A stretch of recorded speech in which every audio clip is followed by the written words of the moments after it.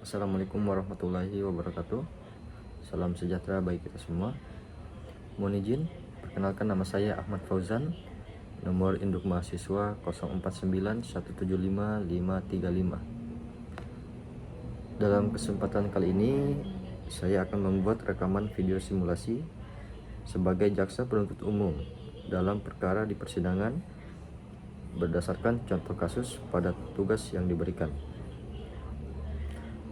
Rekaman simulasi ini menampilkan peserta mahasiswa yang berperan sebagai jaksa penuntut umum membacakan surat tuntutan sebagaimana surat tuntutan yang sudah dikerjakan dalam tugas pada sesi 7. Baik, kita masuk dalam surat tuntutan yang telah dibuat. Surat tuntutan nomor rek perkara PDM garis 45 garis miring 2 garis miring 2024 garis miring Pengadilan Negeri Bandar Lampung. Kepada yang terhormat Majelis Hakim Pengadilan Negeri Bandar Lampung di Bandar Lampung, jaksa penuntut umum yang bertanda tangan di bawah ini dalam perkara pidana atas nama terdakwa Ayam, tempat tanggal lahir Lampung 12 Januari 2001, unsur umur 23 tahun, jenis kelamin laki-laki, pekerjaan mahasiswa, alamat Jalan Melati nomor 45 Bandar Lampung, agama Islam, kebangsaan Indonesia. Dengan ini menyampaikan surat tuntutan atas perkara pembunuhan terhadap korban bebek umur 19 tahun, mahasiswa Universitas Bumi. Yang pertama, dakwaan.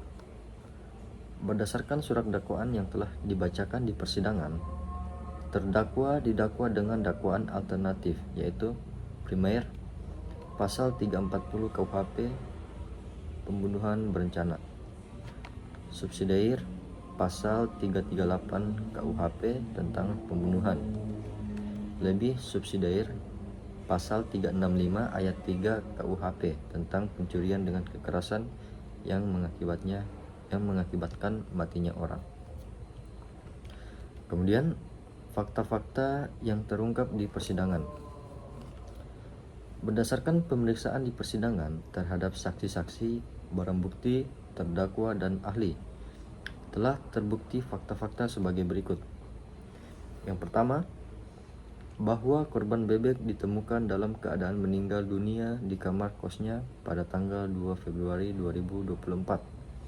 Dibungkus plastik besar, dilapisi spray, serta ditaburi bahan pengawet dan pewangi, diduga untuk menutupi bau jenazah. Yang kedua, bahwa terdakwa Ayam merupakan teman dekat korban dan sering berinteraksi intens dengan korban.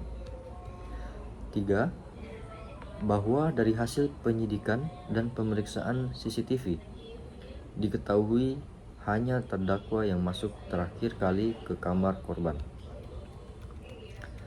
4. Bahwa saksi-saksi penghuni kos membenarkan bahwa hubungan korban dan terdakwa tampak baik serta tidak pernah terlihat bertengkar. 5. Bahwa terdakwa telah menyimpan pisau lipat di dalam jok motor, kemudian mengambilnya dan menyembunyikannya di saku celana sebelum memasuki kamar korban. 6. Bahwa terdakwa mengeksekusi pembunuhan setelah berpura-pura hendak pulang, lalu mengeluarkan pisau dan menikam korban di tubuh, dada, dan leher secara berulang-ulang. 7. Bahwa korban sempat melawan dan menggigit tangan terdakwa, namun terdakwa telah melakukan penusukan hingga korban meninggal dunia. 8. Bahwa setelah membunuh korban, terdakwa mengambil barang milik korban berupa laptop, MacBook, dompet, dan ponsel yang kemudian dijual untuk menutupi biaya hidup dan hutang pinjaman online. Yang kesembilan, bahwa motif pembunuhan adalah iri dan masalah ekonomi, serta terdakwa mengaku mendapat inspirasi dari film Narcos di platform Netflix.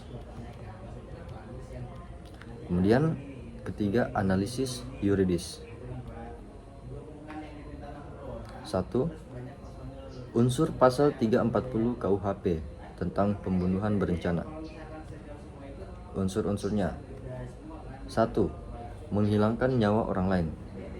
Unsurnya terpenuhi karena korban meninggal akibat luka tusuk berulang kali dari pisau lipat milik terdakwa. Yang kedua, unsur kesengajaan. Itu terpenuhi karena terdakwa sadar mengetahui akibat perbuatannya dan tetap melakukan penusukan secara berkali-kali. Kemudian unsur dengan rencana terlebih dahulu terpenuhi karena yang pertama, terdakwa telah menyiapkan pisau sebelum menuju kos korban. Yang kedua, terdakwa sempat berpura-pura hendak pulang, memberikan jeda waktu sebelum melakukan serangan. Yang ketiga, terdakwa memilih waktu ketika korban sendirian dan situasi kondusif. Yang keempat, tidak ada situasi spontan atau emosi sesaat yang memicu pembunuhan.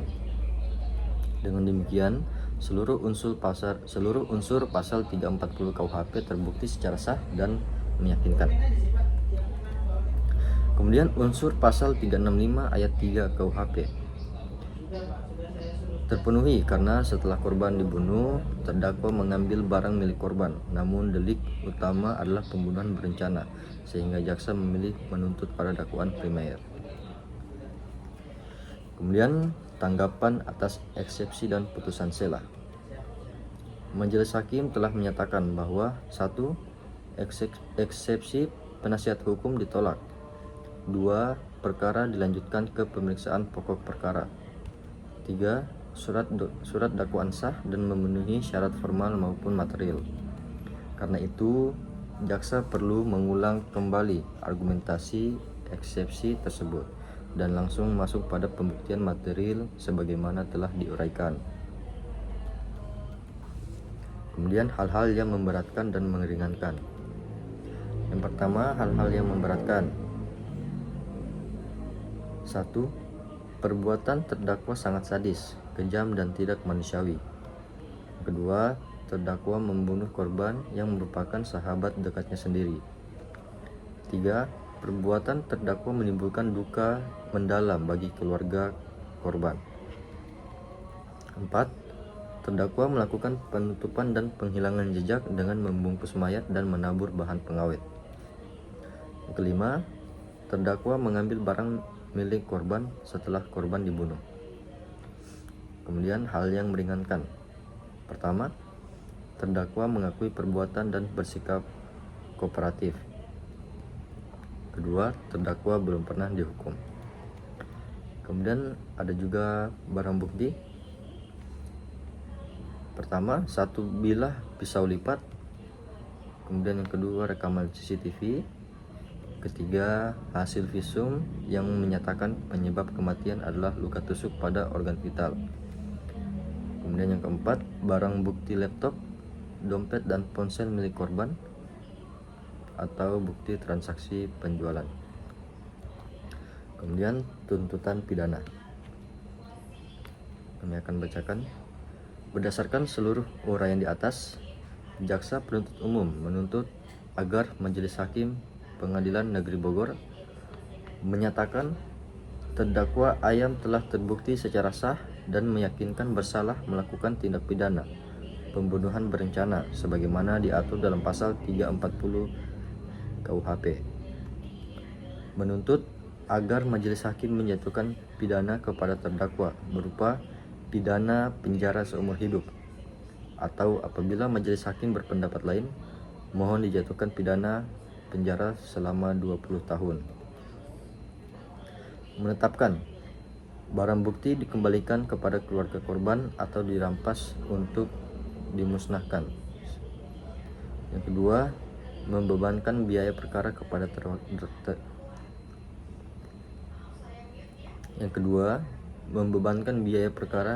terdakwa sebesar 5.000.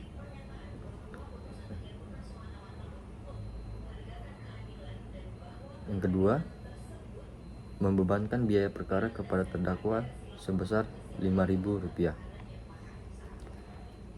Kemudian penutup. Demikian tuntutan ini disampaikan. Atas perhatian Majelis Hakim yang mulia diucapkan terima kasih. Bandar Lampung, 28 Februari 2024, Jaksa Penuntut Umum, tertanda Ahmad Fauzan SH MH. Selesai. Demikian yang dapat saya sampaikan dalam video kali ini. Mohon maaf atas segala kekurangan. Terima kasih. Assalamualaikum warahmatullahi wabarakatuh. Salam sejahtera bagi kita semua. Shalom.